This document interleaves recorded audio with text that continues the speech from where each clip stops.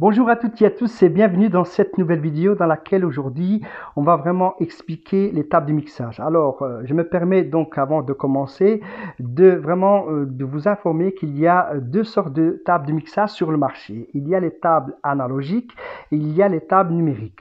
Aujourd'hui nous allons vraiment parler que des tables analogiques et on parlera dans une autre vidéo au niveau des tables numériques. Alors, comme toujours, je me présente. Donc, je suis Abdelkader Rami, expert et conseiller depuis plusieurs années sur les instruments de musique et aussi en informatique musicale.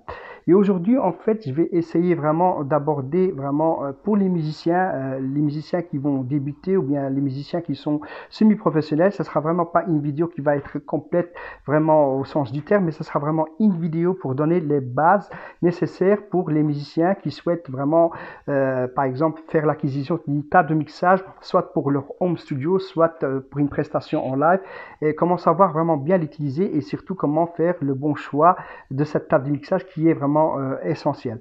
Alors, comme on le sait, donc les tables de mixage en fait existent en télévision pour mixer aussi le son, en radio pour mixer le son, chez le DJ pour mixer le son, dans les studios d'enregistrement pour mixer le son, dans les home studios pour aussi mixer le son et dans les prestations en live pour mixer le son. Donc vous voyez que la table de mixage est un petit peu présente un petit peu partout.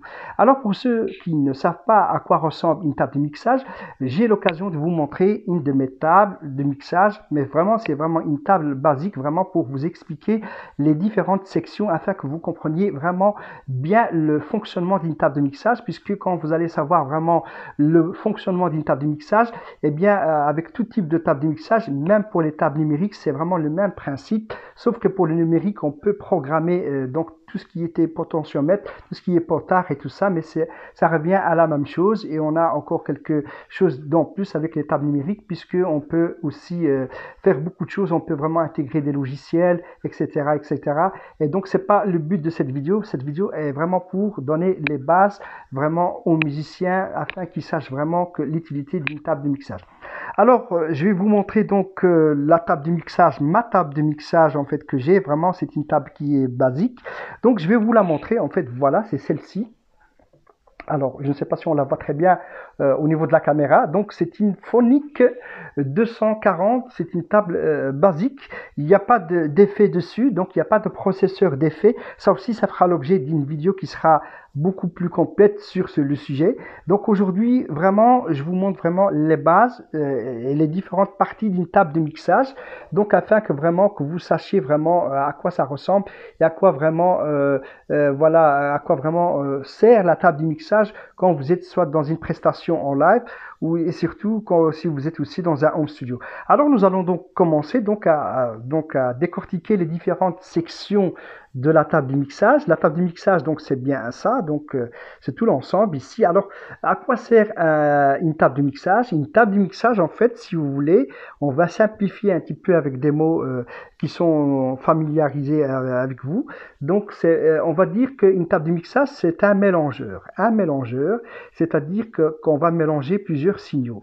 Plusieurs signaux, ça peut être des signaux de type ligne, c'est-à-dire par exemple des instruments de musique, on va vraiment rentrer dans la table de mixage. Ça peut aussi être des signaux micro, donc pour pouvoir vraiment mixer aussi des sources micro. Donc la table de mixage va permettre de mélanger tous ces signaux qu'on aura rentrés dans les entrées.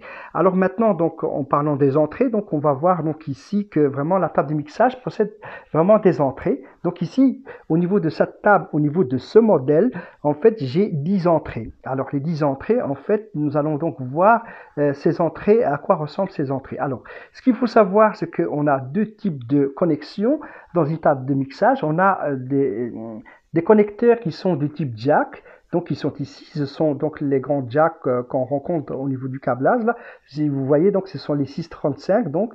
Et puis, on a ici des connecteurs qui sont des XLR, c'est-à-dire ce sont des connecteurs qui sont la plupart du temps stéréo. On utilise vraiment ces connecteurs pour les micros, donc vraiment pour insérer des micros.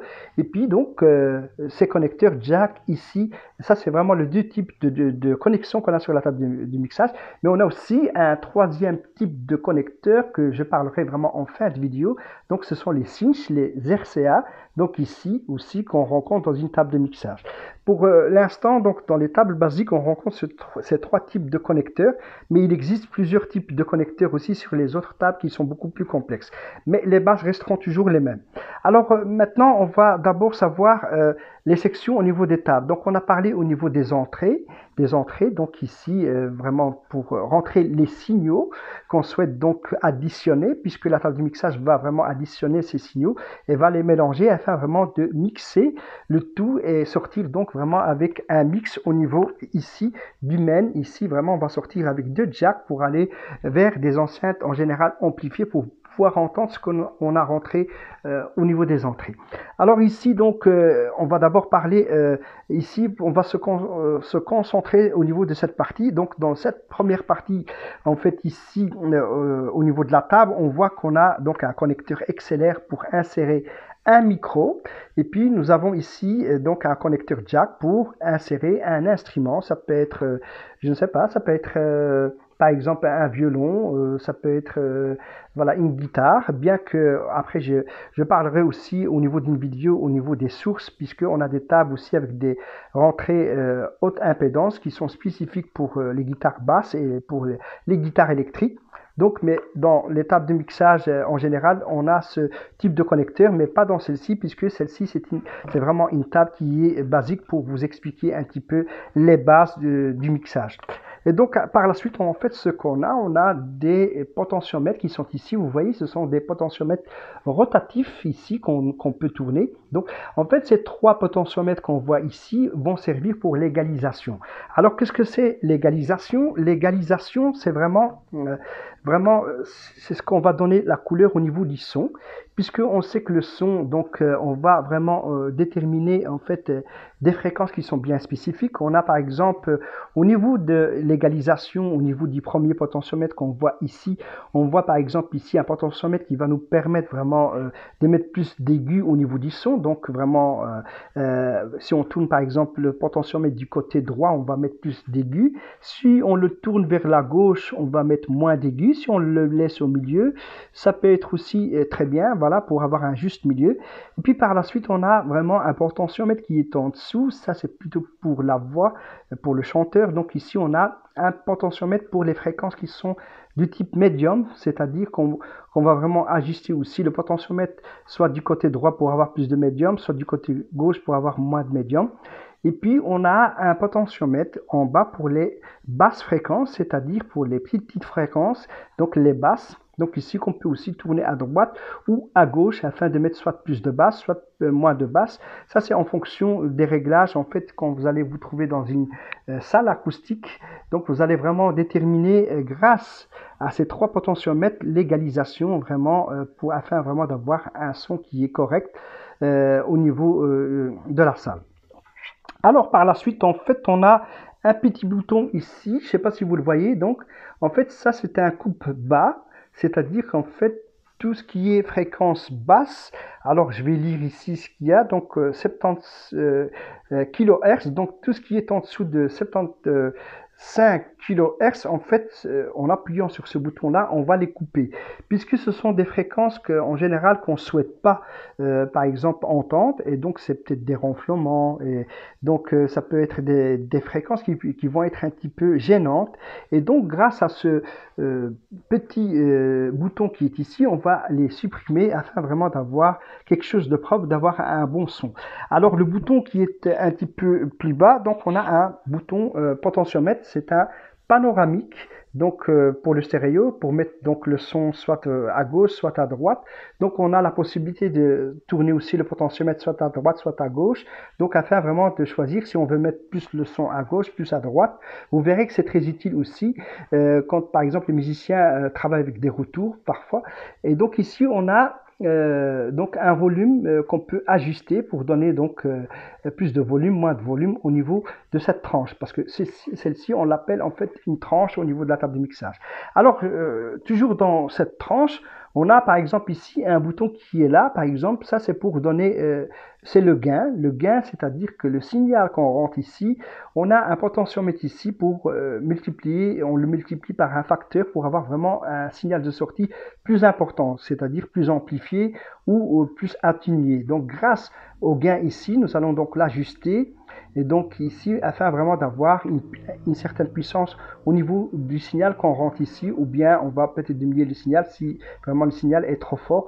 Donc on a cette possibilité grâce à ce potentiomètre de l'ajuster afin vraiment d'avoir vraiment la puissance nécessaire pour entendre vraiment le son sans déformation. Et donc voilà, donc on peut jouer ici avec ce potentiomètre et avec le potentiomètre ici du volume au niveau de cette tranche. Donc si vous l'avez bien compris, en fait ça c'est une tranche et tout le reste en fait ce sont des autres tranches qui se répètent. C'est le même fonctionnement, c'est le même principe.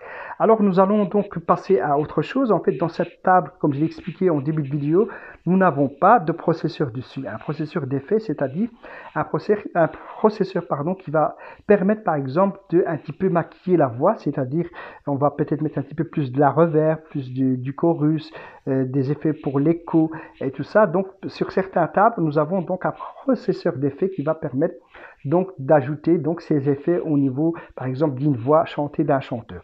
Voilà, peut-être un petit peu plus de reverb pour un violoniste ou pour un guitariste, pourquoi pas. Donc, mais sachez que ça existe, donc qu'un modèle de table, la même que celle-ci avec un processeur d'effet existe. Mais ça sera l'objet d'une autre vidéo. Alors maintenant, comme expliqué, donc j'ai expliqué un petit peu donc ces différentes tranches.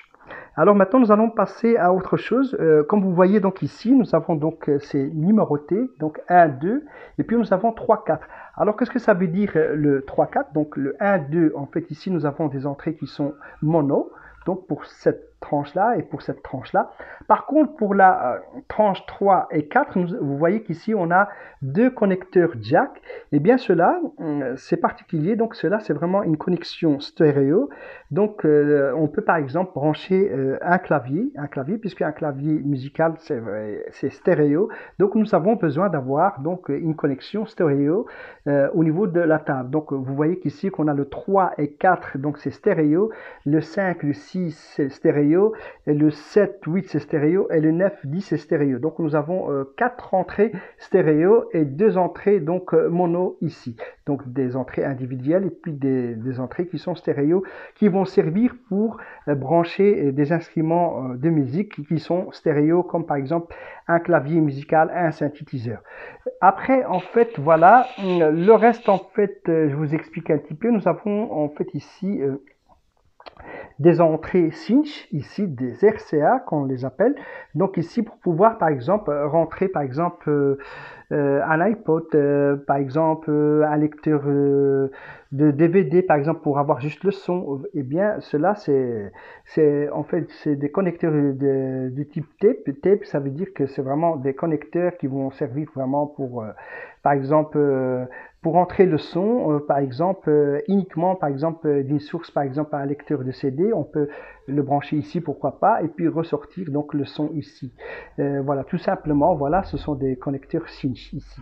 Alors le reste, en fait, ce qu'on a, on a par exemple ici main, R et L, vous le voyez donc ici. En fait, c'est ici qu'on va ressortir avec avec les deux jacks, pardon, pour vraiment aller vers des enceintes qui sont amplifiées pour pouvoir entendre donc ce que on a mixé au niveau de la table. Donc c'est vraiment au niveau d'email que ça se passe.